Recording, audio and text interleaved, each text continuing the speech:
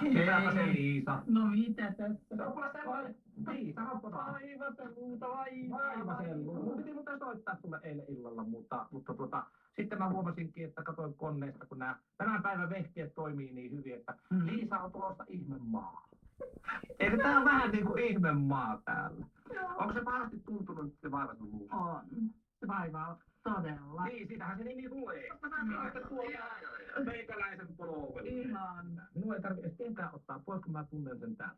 Mä on laitettu siihen kortisoonia ja nytkin pistäisin piikin, mutta tiedätkö mitä? Piikit on pesussa. Näinhän se on, niin tehdäänkin niin, että mä laitan sulle voitetta.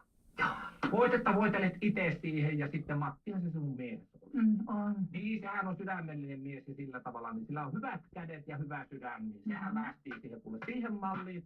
Että mäpä luulen, että kuule, kun seuraavalla viikolla, kun tulet tuohon jälkitarkastukseen, Vaivaselluuta enää ollenkaan. Hyvä.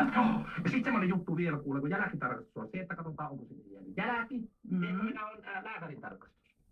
Tiedätkö? No. Tarkistetaan lääkäri. Kun sehän on lääkärin tarkastus. Semmoista tää on kuule. Ei elämä ole niin surullista, miltä se ensin näyttää. Sumut hälvenee ja aurinko alkaa paistamaan. Eikö se näin oo? Näin on. Mä annan reseptin sulle. Se on varmasti aika tuttua sulle kanssa jo. Mutta naureskella kuule, se on elämän yksi parhaimpia lääkkeitä. Minähän yritän. Elämä tiisittiin sen. No ei, tervetuloa. Tervetuloa.